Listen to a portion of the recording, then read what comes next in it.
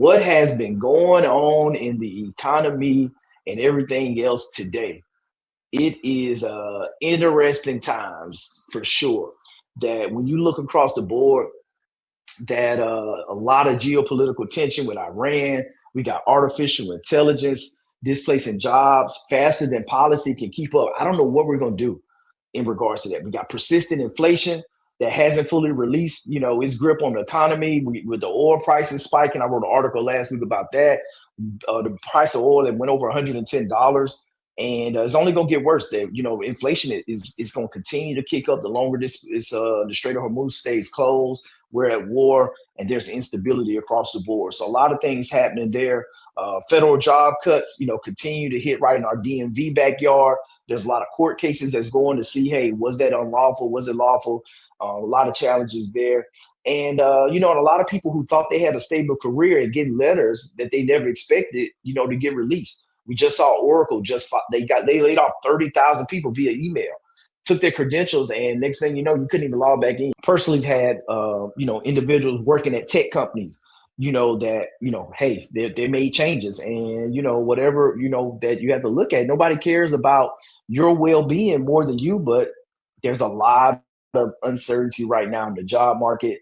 AI is, whether they're using AI as an excuse, as a scapegoat on the decisions that are being made, the decisions are being made. And so I think that's one of the things that we have to look at. With the big one, I think unemployment clearly is creeping up. And, this is something that I tell every family, that I sit with. Uncertainty is not new. The Bible says there's going to be wars and rumors of wars.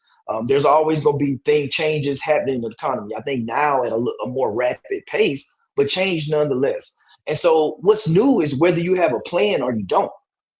The families who have a plan, they don't panic. They position themselves. It's the same thing in the military. We have a plan. We're not worried about what's going to happen. We got a plan for that. We have a plan for everything. And so we're in a position, and we position ourselves strategically where we can deal with anything that happens. And so that's the difference between reacting and executing. And I think this environment today is exactly why income diversification, asset protection, and having a written wealth strategy matters more than ever, not just an investment account.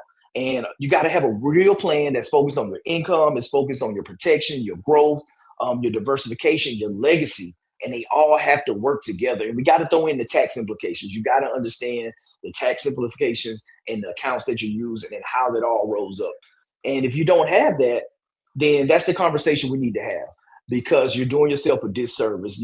I see so many people that are potentially working so hard for wealth, but they don't have a plan.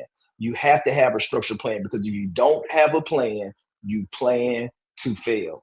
I'm telling you right now, if you don't have a financial plan, you don't have a plan, you are planning to fail, because you're leaving money on the table. You could be doing things a lot more succinct. You could be doing things a lot more expeditiously. You could be doing a lot of things a lot smarter by having a plan laid out that you're marching to. And it relieves the stress, it relieves the anxiety, and it helps bring that clarity to you that you're making the right decisions. You don't have to sweat at night. You don't have to wake up in the middle of the night, because, hey, I'm on my plan.